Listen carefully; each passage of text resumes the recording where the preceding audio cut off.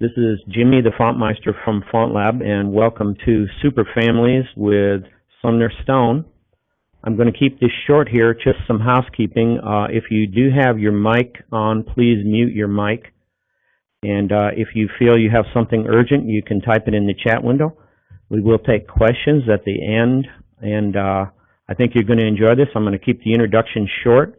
Sumner is going to talk to us about the superfamily concept, the ancestors or descendants of different font families, and some of the things we can do with them now in the modern digital age. But I guess we got to see where we came from to see how we got where we are now, right, Sumner? Yes, that's correct.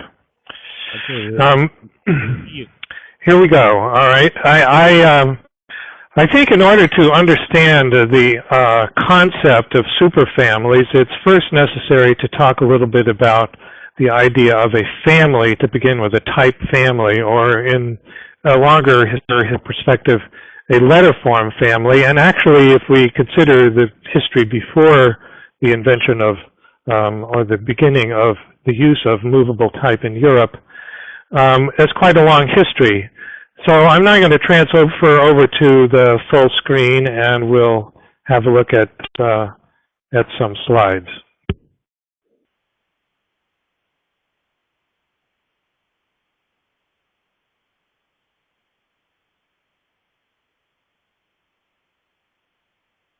This is the three original Itc Stone typefaces. On the top is Itc Stone Sans, in the middle is Itc Stone Serif, and on the bottom is the informal version. This is not the first superfamily as defined, and the superfamily is a very new word, by the way. It's not a clearly defined thing. We can, yeah.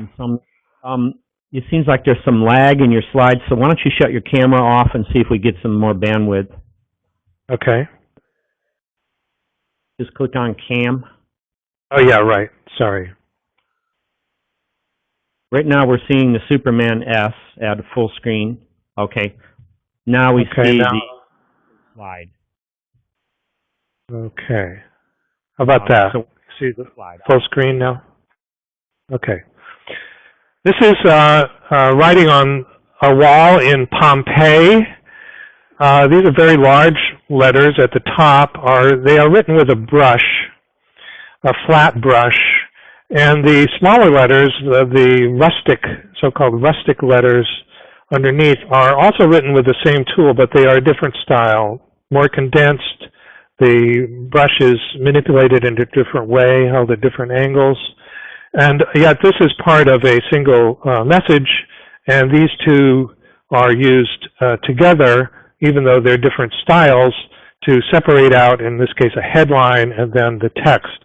And that is very common in Roman writing. This is before 79 AD, when Vesuvius erupted and Pompeii was buried. So the Roman inscriptions use this convention quite often. That is, they have a larger style at the top, which is what we call now the Roman Imperial style, and then some form of rustic-like letter, and the rustics can be more or less condensed and have heavier or lighter serifs and so on. But this kind of typography, so to speak, if we can use that word, exists very early on, in which the style of the letters changes as well as the size, and for different purposes in the text to establish a hierarchy. This becomes very elaborate later on during the Carolingian Renaissance. This is started by Charlemagne, and Charlemagne was very interested in what went on in the production of manuscripts. He appointed an Englishman to oversee the establishment of a standard script. And here in this manuscript, we see actually several different styles used together. The top line, there's the initial letter, which actually comes from Celtic origins. Then there's the top line of the text, which is in uncial letters, slightly larger. There is the main body of the text, which is in what we now call the Carolingian minuscule, or minuscule, and then there are, on the right-hand side in this sepia color, admissum, etc., that's the rustic letter again. And on the left-hand side, down the left-hand margin, we see some larger letters in color in red and colored in. And those are a style which we now call Versalles. And all of these are united by the fact that they are made with a similar tool, that is the edged pen, except for the initial. And the edged pen kind of gives them a unified look, even though they are actually different styles. They are really styles that were at one time used for the entire text. That's true of both the uncial at the top and the rustic at the beginning, not of the initials and the Versalles letters. But these all get used together during the Carolingian Renaissance and these very elaborate manuscripts, and much like what we are doing today. That is, we still use different styles, or we now use different styles to establish hierarchies in the text, and they may be from different typefaces. You know, the whole idea of the superfamily is to unite these in some way so that they have some harmonious aspect on the page. I don't think that that was necessarily the agenda of the people who were doing these Carolingian manuscripts, but the result of them using the same tool and having the letter forms come from a tradition where they're using them along the way creates a page that looks harmonious and very good. Now, the letter forms that we actually use as lowercase and also as capitals come from the Italian Renaissance in the 15th century, when movable type started to be used in Europe, and in particular when the Roman typefaces started to be made in the 1470s in Venice, maybe some precursors to that. But this one is a revival. This is a manuscript, not a printed piece, and this manuscript is by a man named Poggio Bracciolini. Poggio was very influential in starting up the use of the Carolingian minuscule letter that we just looked at for the text of manuscripts that were written by the Italian humanists. And he used also capitals. The capitals seem to come more from the tradition of Roman inscriptions, which were also fascinating to the humanists, and the Roman inscriptions were still there around them. And so Poggio was the one who combined the caps and what we now call the lowercase in a single document and used in the style that we still are using them today. So this style progresses as we go on through the 15th century, and we get to the first Roman typefaces, and they are part of a tradition which also includes what we now call Italic. The Italic is a cursive version of the revived Carolingian minuscule. It was started by a buddy of Poggio's named Niccolo Niccoli, and it is shown here as a typeface. This is not written by hand. This is printed. And this is a book that was published by Aldus Manutius at the end of the 15th century. Aldus was the one who invented the pocketbook. And this is a pocketbook. It's a small edition. He printed the Latin classics so that people could afford them. And here we have the typical layout for him with these capitals along the left-hand margin. And then the whole book is printed in the Italic as a text typeface. Now, the use of Italic with Roman, like we use it today, didn't really get going until the 16th century, and the French typography is really, I think, regarded by many people, particularly the early 16th century, when Garamond was working, as being the height of development of this style. And you can see here, this is a specimen which shows the typefaces that Garamond originally designed, which are the Roman typefaces. You see them on the left of the screen. And they were combined with typefaces that were designed by Robert Grandjean, who was a specialist in Italic as well as other things, and those typefaces are shown on the left. But these were actually used together, combined in 16th century books in the way that we currently use Roman and Italic. So by the 16th century, we already have 3 different styles that get used together, at least 3 different styles. We have the capitals, we have the lowercase, we have Italic, and as you see here, the Italic capitals are sloped over. And that did not happen, if you recall in the previous slide. These capitals that are used in Aldous' book are upright capitals, but later on, people started sloping them in order to match the slope of the Italic lowercase, and that's what we see here in the Grandjean Italics. And of course, that is, again, in the interest of creating a harmonious relationship between the different styles that are used together on these pages. This is now a look at the work of John Bautista Bodoni. This is at the end of the 18th century, and Bodoni was, and in fact, in general, the typography of the 18th century, the late 18th century particularly, is very taken with the idea of producing what we now call in our culture non-Latin scripts. So Bodoni produced in the same style. What you see on the left is the Latin alphabet. In the middle we have Greek, and on the right-hand side we have Cyrillic. Now, one of the reasons that it was possible for Bodoni to produce these versions as he did is a thing which happened beginning at the start of the 18th century, end of the 17th century, a project that was done in France called the Roman du Roi. The Roman du Roi was a design created for Louis XIV by a committee which he had appointed. It actually was, they then found people to design the typeface. But one of the things that was interesting about this new approach was that they decided to make letter forms that had symmetry around a vertical axis. They were not any longer based on edged pen letters that had a certain pen angle.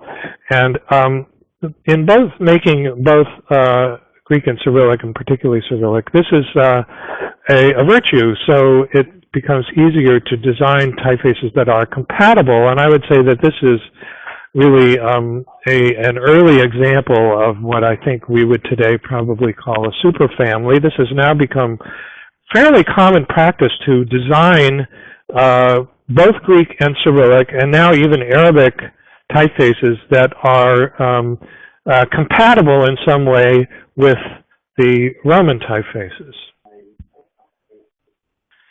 All right, this is the consequence of Bodoni's work and the work of the Didos in Paris, was that people began to make variations on the different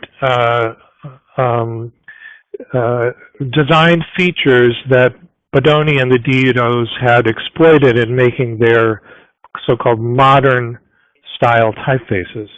This is a trend that began with the Roman du Roi at the beginning of the 18th century, and it was an interesting departure because of the fact that it was a design by committee. They did not feel obliged to copy what was then the most popular style.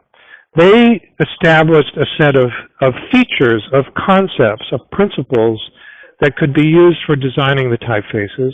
And that is really what people used as they started to elaborate and make much heavier versions. This is what we now call a fat face. And also, if you simply, make the vertical strokes heavier in the fat face, and in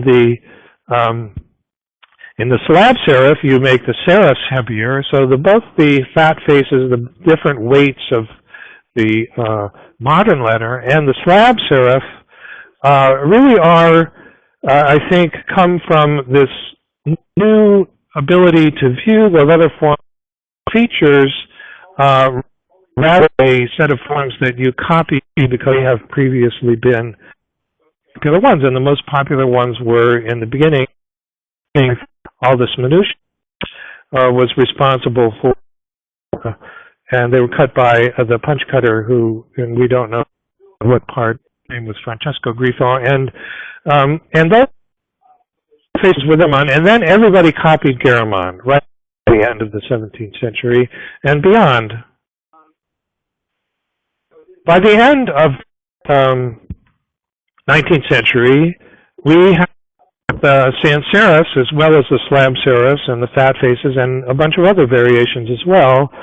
And you can see here, this is still, I think this is in the last decade of the 19th century. We have already a big variety of sans-serif typefaces. We have, you can see on the left-hand side, there are condensed typefaces. There are different weights of the typefaces in the middle, and then on the right-hand side, you can see the extended versions of the typeface. So differences in width and weight. Already, you know, by before the 20th century even starts, and this is what we are used to today, the sans-serif becoming a very prominent part of our typography. The first so-called superfamily that happens in the 20th century, which integrates the sans-serif typeface with a serif typeface, is done by Jan van Krimpen. This was a typeface. On the top is the typeface called Romulus. Romulus was one of the typefaces that Monotype produced, and this was through the Enschede foundry for whom Jan van Krimpen worked, but he also designed a sans-serif typeface to go with it. This sans-serif typeface was never actually manufactured, but we do have examples of it, and that's what you see below. And as you see, you can look at the two and compare them, and you see that, first of all, the letter forms have similar proportions. That is, the capitals pretty much correspond as far as their widths are concerned, and more or less their weights are concerned. And the same way with the lowercase. They have the same basic overall skeletons, and they're intended to be used together. Now, there are a number of typefaces that have been designed after Van Krimpen and before I designed the Itc Stone typefaces. Gerard Unger designed typefaces called Demos and Praxis in the mid-70s. That was a serif and sans-serif combination. Ed Bengat designed first ITC Bengat in 1978 and then Bengat Gothic a year after. Chuck Bigelow and Chris Holmes designed Lucidif serif and sans, and they were created specifically for computer displays. And that was in 1984. And then they have elaborated that. They have many, many versions of different styles that are part of the Lucidif family. And then in 1987, I designed the Itc Stone Serif, Sans, and Informal. Now, and after that, a number of them have designed in 1988. Rotus Sans was designed by Odell Eicher, and David Quay designed a typeface in 1985 called Quay, and then he did a sans-serif version in 1990. And then there have been, you know, quite a few of them since, and with different combinations of styles. I'm going to tell you about my development of the Stone family because I know most about that. And the motivation really came from the three original typefaces that you see here, Times, Helvetica, and Courier, which were the typefaces that were used on the first LaserWriter printer. Those were the resident typefaces. There was also a symbol typeface. These typefaces were chosen because they were the most popular typefaces in each category. That is, Times was the most popular serif typeface, Helvetica the most popular sans, and Courier the most popular typewriter typeface. Well, I thought, that's fine, and those choices were made before I ever arrived at Adobe. But you would never use these three typefaces, and I say never in reservedly, with caution. It is not obvious that these typefaces are compatible with each other, are harmonious with each other in the same way that the typefaces and letter forms we have been looking at are. So my notion was that I would make a set of typefaces that would in fact be compatible, that would be harmonious and have the same underlying skeleton forms, even though they had different clothing, they had different outside things, and that they would be a serif typeface, a sans-serif typeface, and what I called informal, which was intended to be used in situations where you might have used the typewriter typeface. It turned out that these typefaces were used for a wide variety of things where all three typefaces actually got used together. This is a page from the Gutenberg Jahrbuch, and this particular one used all three typefaces. The captions are set in the sans-serif, the main text is set in the serif typeface, and then the footnotes are set in the informal typeface. Here it is in, this is the Sibley's book, bird book, and this is one of the illustrations, and here you see, and all through the book it's like this, the text at the top is set in the serif typeface, and then all of the call-outs are set in the sans-serif typeface. This is from a magazine called Click Magazine for children, and this one, again, uses all three typefaces. The title is set in the serif typeface, the byline is in the sans, and then the text is in the informal. And in fact, the informal turns out to be a fairly popular typeface for children's books. I'm not really sure that anybody ever uses it for correspondence the way it was intended when I designed it. Okay, now I am going to talk about another superfamily that I have designed, and I call this one the Magma superfamily. I'm going to start here with the pencil sketches, in which I really was trying to plan out the whole family, and I was very influenced by Frutiger's design of Universe. I thought the fact that he had planned out the whole thing before he even started designing. This was, of course, dependent on his teachers who had this agenda as well. But that there was a plan, and then he did the whole typeface design of all of the versions together, and that is what I had done with the Stone typefaces. And so I wanted to do that again. So here in these pencil sketches, you can see some of the variations that I was trying to record. Narrow and wide alternate letters. I did a light and a heavy version, and down below you can see again some of the alternate forms. The first typeface that I did in this family was called Basalt, and it was a typeface intended to be used for signage. And these are pencil drawings. These are the finished pencil drawings that I did for Basalt, and this is the form that I use for making pencil drawings when I design typefaces that way. Is an X height, the cap height is here about maybe 2 inches. And this typeface, I wanted to design a wide version, a regular version of the typeface, and a slightly condensed version of the typeface that could actually be used together, and character by character, that is, within a word, you could combine the narrow and the wide forms. And here is a proof of the narrow and wide forms. Basalt actually won was selected in one of the A-Type I competitions. So on the top line, library is in the wider form, and then the narrow form is biblioteca, and then again wide, and then narrow, and then there's the percent.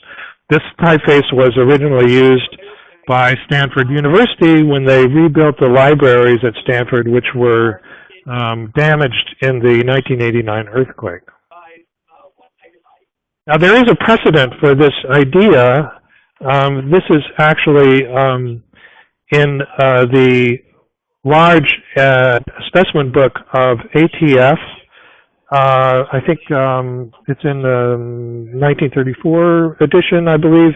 And they made a typeface which could be set in this way. That is, it had actually 3 different widths of characters. And here you can see by replacing only the R and the N that they affect the length of the word, and therefore it made it fit in the measure they had, which in this case was, 21 picas. So this was pointed out to me after I had already done basalt by Juliet Shen, and I was very interested that they had done this. So this is the same word set with basalt and substituting the same characters, but I have sort of elaborated by, my variations in width were somewhat more subtle, and so I substituted a few more characters, and you can see you can get a number of variations in width, and it's not really noticeable that you're combining, condensed and expanded forms. The next part of this typeface family that I did is called Magma, and these are the pencil drawings for some of the Magma lowercase. I like to draw on drafting film, and I tend to do a lot of erasing. As you can see, it's a sort of a messy page, and not use the tracing paper over and over again, which is the method that I learned when I worked at Hallmark Cards. I was astounded to discover just this year at the fascinating exhibition that Monotype put on at the AIGA Center in New York that Eric Gill,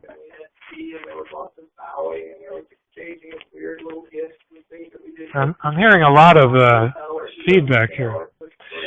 Everybody needs to mute their microphone. We hear people talking in the background. Yeah. If everybody could mute their microphone, that would be greatly appreciated. The vision of labor was going to be that we would build the technology and provide specification services, and they would okay. This type is a typeface design that was done by Eric Gill.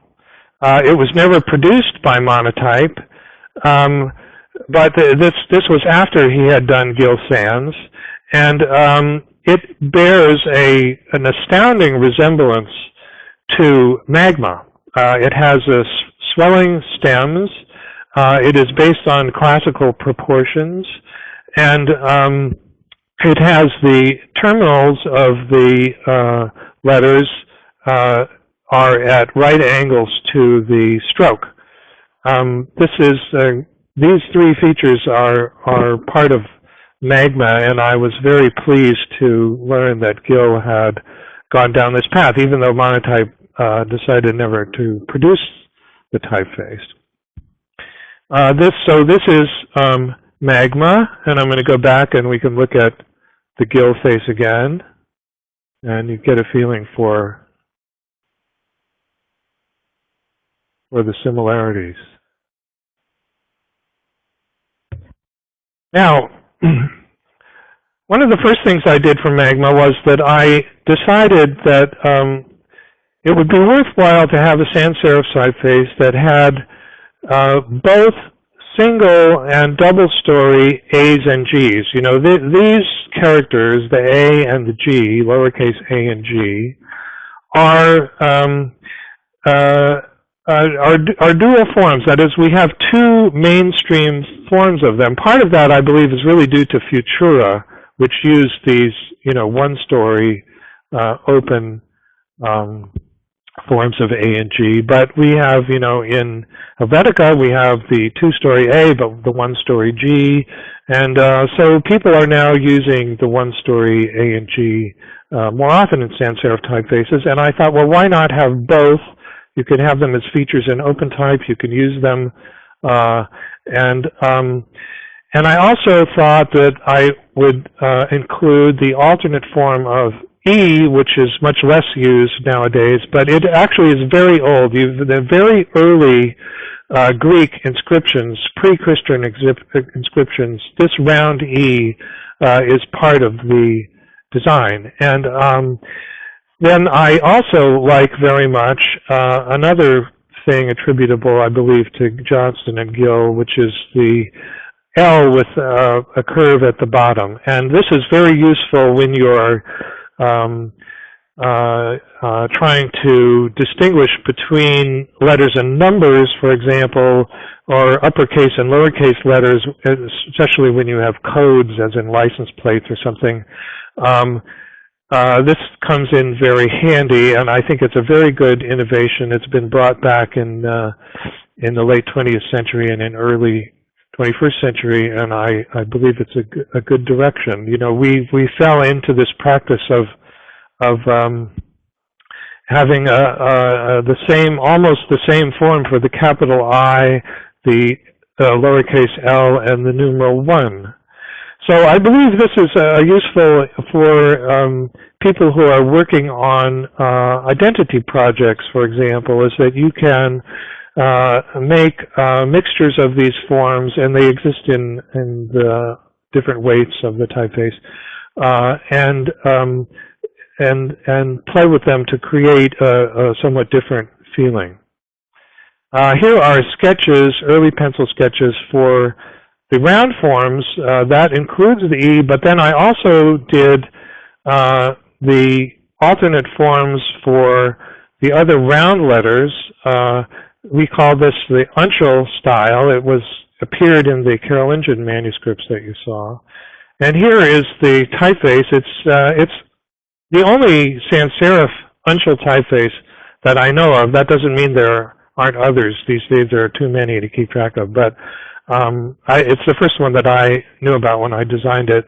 And it's designed with the same weights and the same height and the same general overall features as the Magma typeface, with the intention that it would be possible to actually use these typefaces, again, together in the same word. So here we have, at the top, you can see bilocal in green, which is the Magma typeface, and at the bottom in red, you see bilocal in what's called Munc, M-U-N-C, which is the uncial typeface, and in between are two examples of mixing the two typefaces together. Here again, Magma on the top,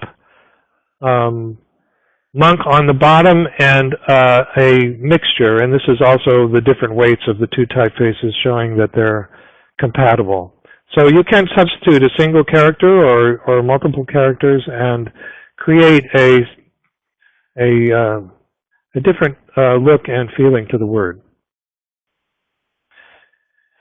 We have a heritage, actually, of what we would now call sans-serif letters, that is to say, letter forms in which the strokes are more or less the same weight, that goes way back in Roman times to the very beginning of the Latin letter forms, and they are starting in perhaps the 6th century. This one is from, I believe, the middle of the 4th century, and this is a piece of pottery broken, and it was written on after it was fired. And it has some alternate forms here. You can see the O has an open space at the bottom, and the A has the crossbar at this funny angle coming down from the right-hand stroke and then down to the left. I became quite interested and fond of these forms, and I decided at some point, after I had been studying this stuff for quite a while, one morning and said I was going to make a typeface based on these forms with the same general features and parameters as the Magma family. And these were the first sketches that I did when I sat down to design it. these are done with a pen, with actually a small edge pen. Here is the finished typeface. There is only this, at the moment, only this thin version. I have not done other weights, but this is compatible with the Magma thin. The lowercase letters are slightly different than the uppercase forms. So there's an alternative. You see the alternate A. There's also in the typeface an A that looks like the crossbar comes down from the left and one that comes down from the right. Double crossbar on the H. The I is actually a made-up form. That I was used for a different purpose. The Q is from the Qaf, the Greek letter. That goes back. Many of these letters go back. Most of our letters we can now trace back to Egyptian hieroglyphs. The Q was a monkey with the tail sticking down.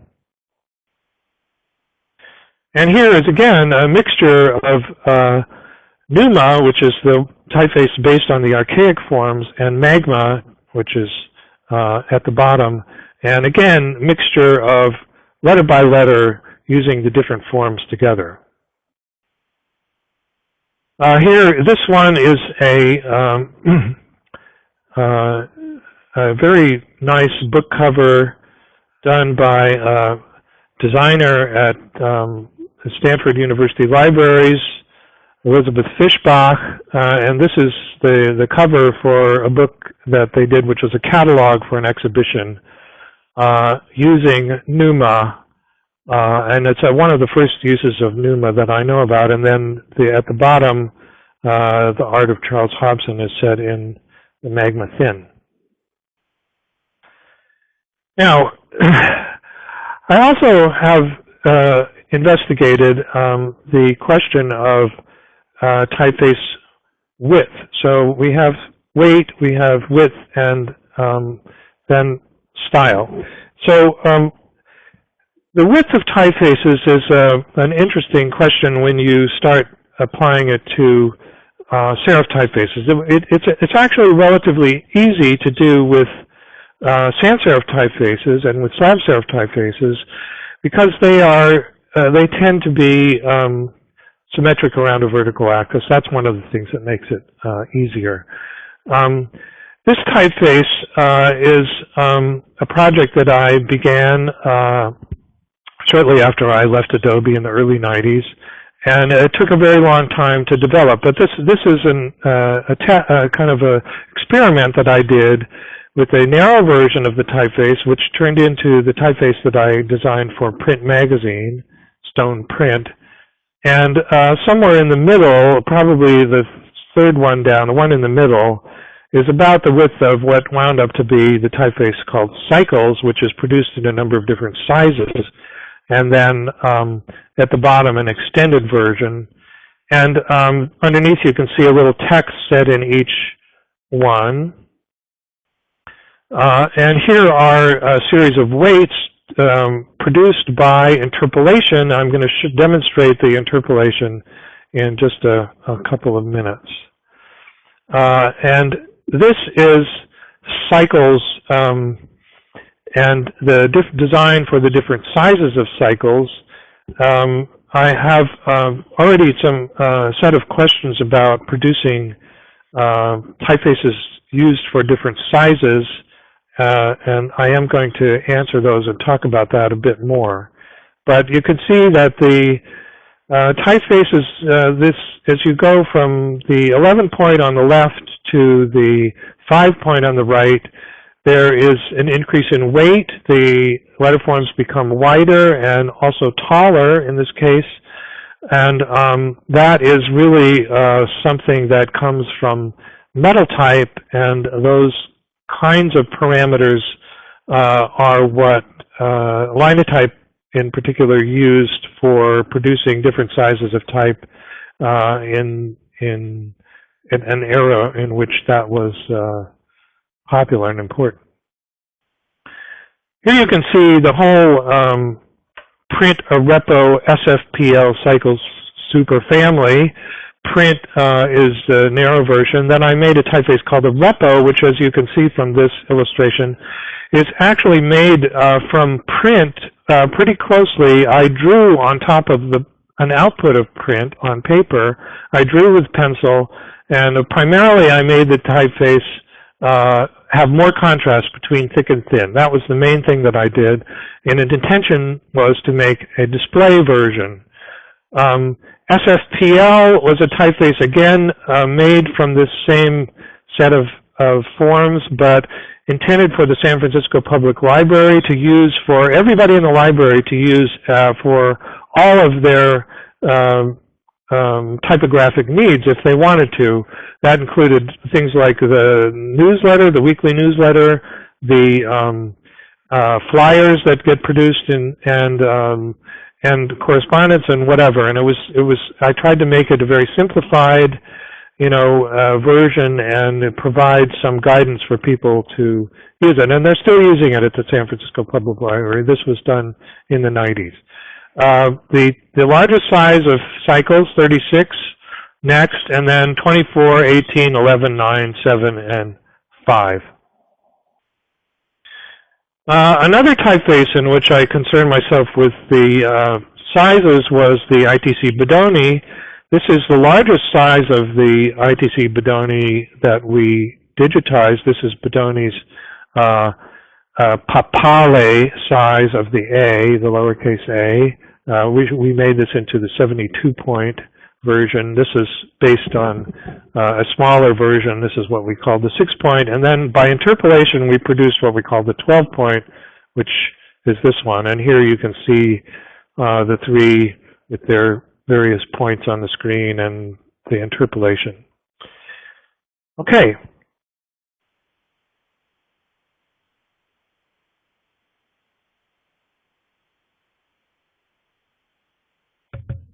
Okay, Sumner, we have about 20 minutes left.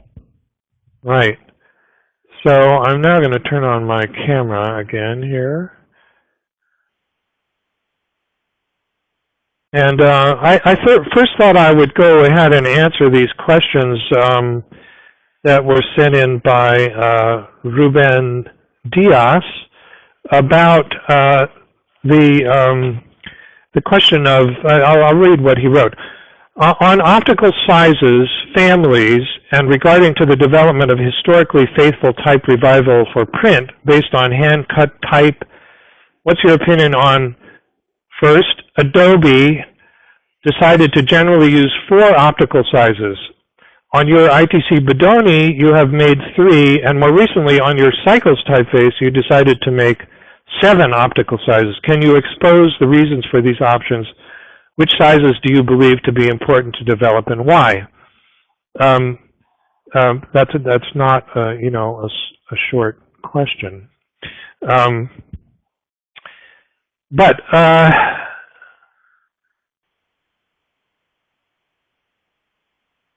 first of all,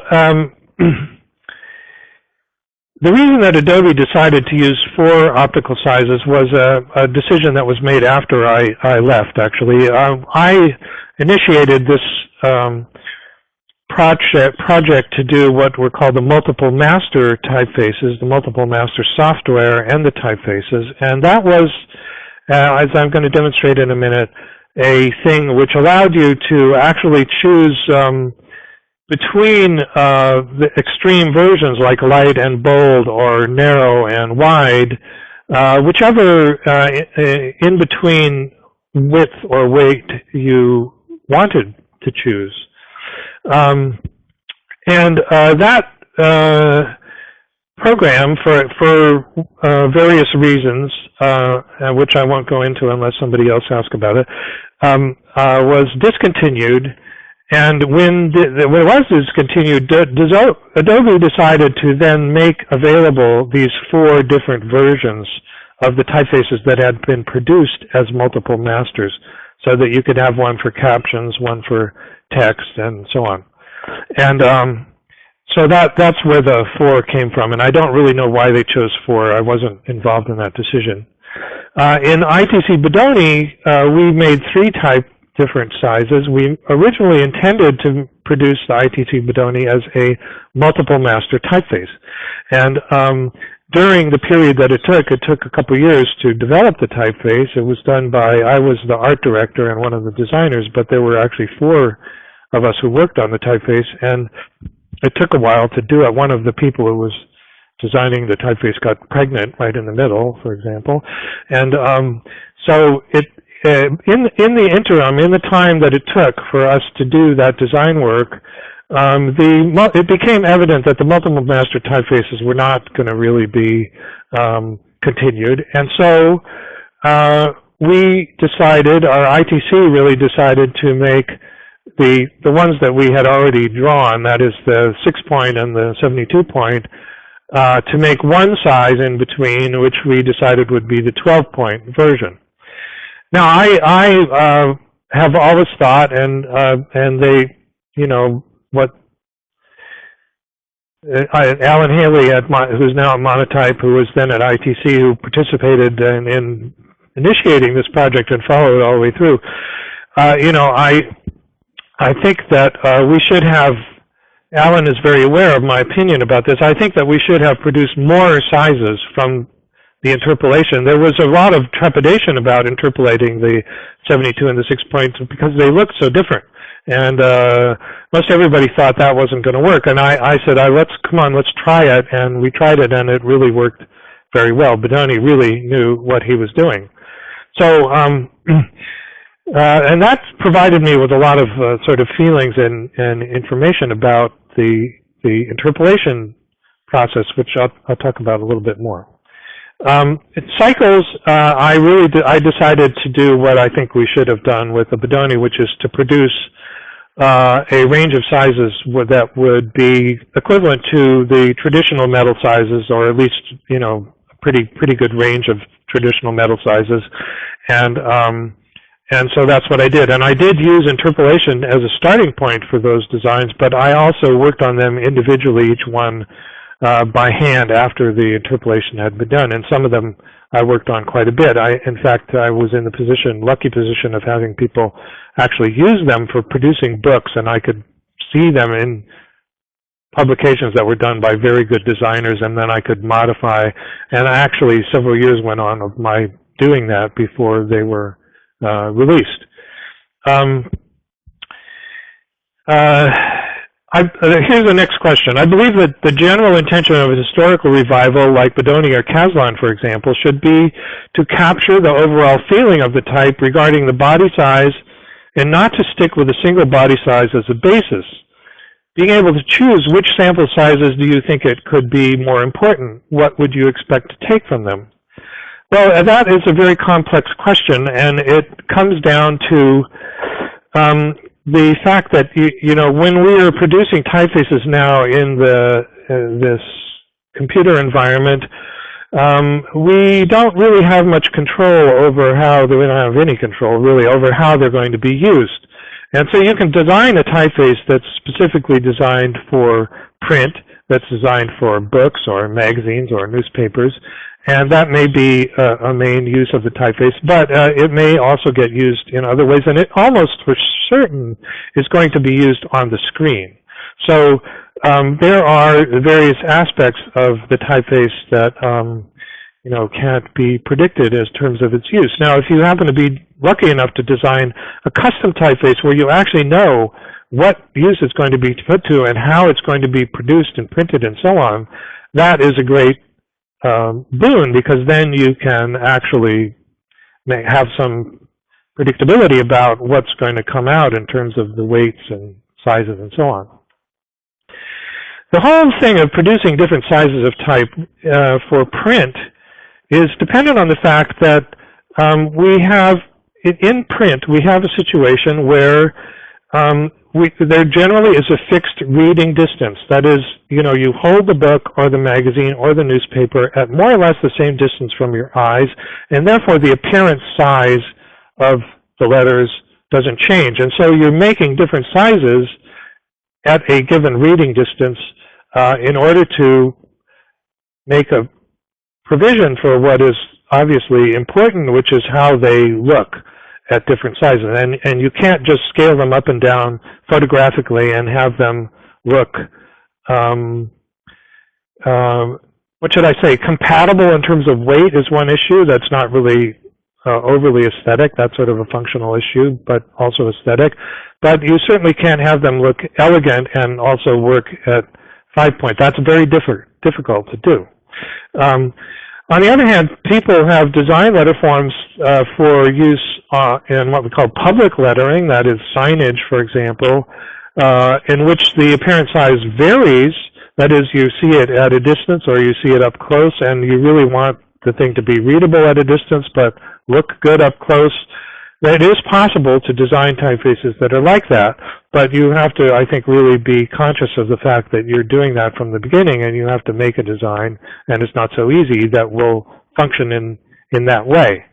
As to which sizes you should use to make such a typeface based on historical examples, that also is, a very complex question, because the historical examples vary all over the place. If you look at the typefaces designed by Nicholas Kish, for example, what we call Jansen, has been called Jansen, the original typefaces that Kish cut were, every size was rather different. They were not like that compatible. They had a different aspect, almost like what we today call a different typeface.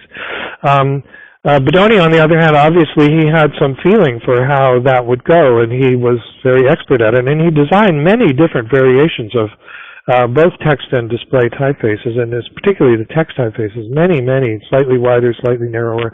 He said in his introduction to the manuale that he wanted to have the perfect typeface for every book, and he did an incredible number of them.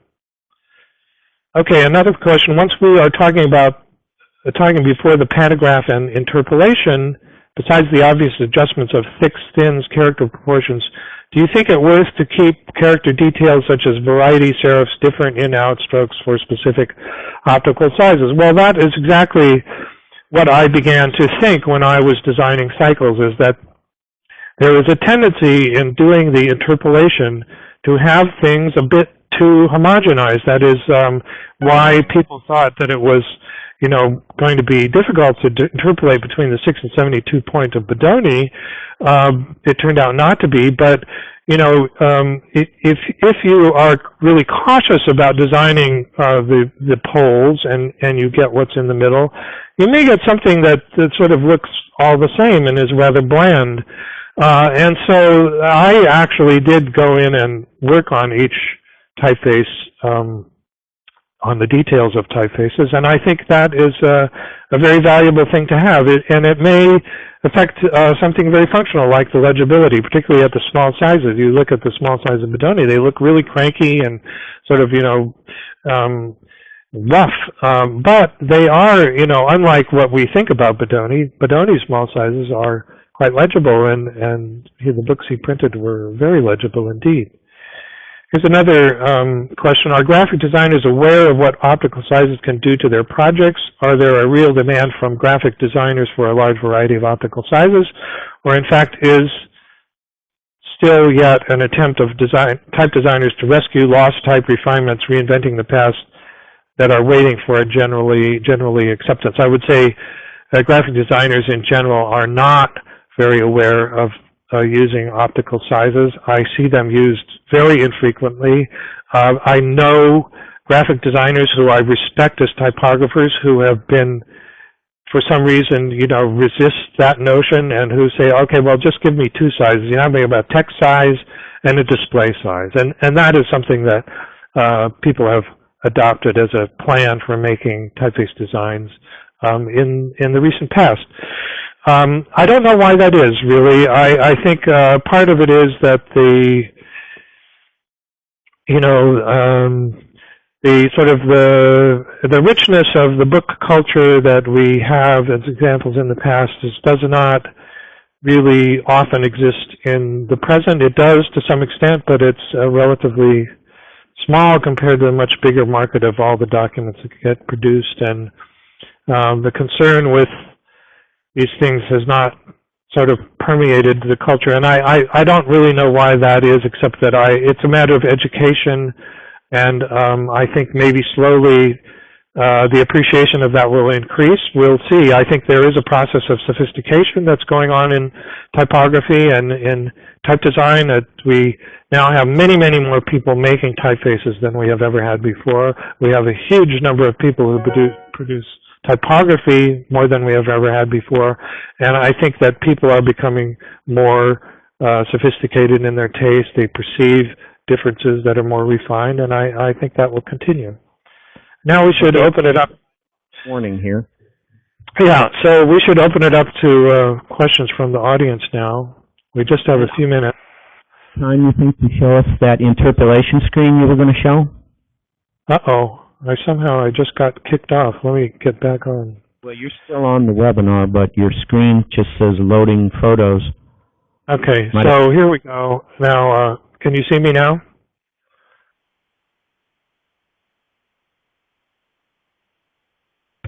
Yeah, I can see your desktop now. Okay. And can you see me? Yes. Okay. Did you want to show that interpolation thing, or do you think we have time? If there are no further questions, I can do that. It's fun to just look at very quickly how this works. And it doesn't have to be elaborate, just to give you a sort of a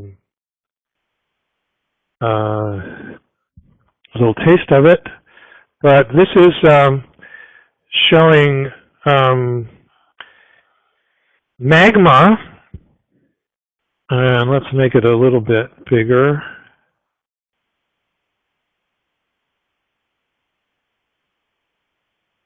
And Magma has a variation in both weight and width. And up here we have the sliders that we can use to change the weight. And we can see it as it's changing, and also the width. Can you see that?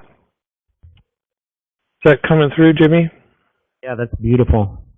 It reminds me of the Master tool. You can do, yeah, and this is FontLab that I'm using.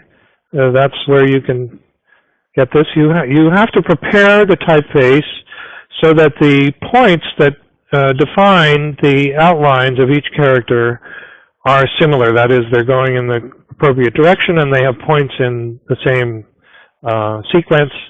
And then the math is actually very simple. It's just a weighted average, really, of the coordinates of the points. But I think it's one of the sexiest things. Wonderful. So can I ask you, Sumner, would you advise somebody to create their families using this interpolation tool? Well, I think it's certainly very useful. You know, particularly in doing sans-serif typefaces. People use it all the time, and I think with sans-serif it's entirely appropriate. I went to lunch with Adrian Frutiger once, and he said, "Well, that interpolation does it as well as I can do it." That's a pretty good endorsement. Yeah, that sounds good. So, yeah, I think it can be very useful, and you can also actually do extrapolation. The 1,000 mark here is actually shows you for, and here's 1,000. So that's actually what the bold condensed looks like. But you can actually do what's called extrapolating. That is, you can go beyond the extremes, and if you have done a careful version of the digitizing, you can get at least a starting point for typefaces that are outside of the range of the light and the bold versions that you have digitized. And sometimes, even if they're not usable right off the shelf, that gives you a very good start on them.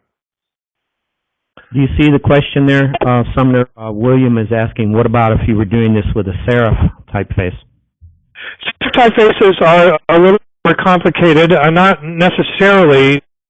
For example, if you do a typeface that is a sans-serif, or you do a typeface that is based on the modern letter, where you have vertical symmetry, this is somewhat easier to. It's somewhat easier to make the bold versions and the light versions, but there is less range really available to you. Light serif typefaces, once you get down below a certain point, are really, they just don't really work very well. And the same way is true when you get very heavy. It's hard to make really heavy versions. So the range of options in terms of weight is somewhat reduced, as is the range in the width. And so, it can be used, and I used it, and I think a lot of people use it for that purpose. It looks like we hit it right on the money. We're just about out of time. I will say if somebody has a burning question that I can try to answer it or pass it on to Sumner, pass the buck, and he and I can talk about it and get back to you. So I would have to say that this webinar was nothing short of spectacular, and I'm hoping to see some applause there in the chat window. That's my humble opinion. Thank you, Jimmy. You have quite a fan club there. Chang, who I hope to see on a webinar here soon. And so now the screen's filling up with a bunch of thank you. Oh, great. Okay. Very happy to see that. Oh, now I see them. Yeah. Very nice. Thank you very much, all of you. Okay, and I will debrief you offline, Sumner, but I wanted to let everybody know that next month, it should be September 23rd, we're going to have David Bergslin doing diacriticals and composites.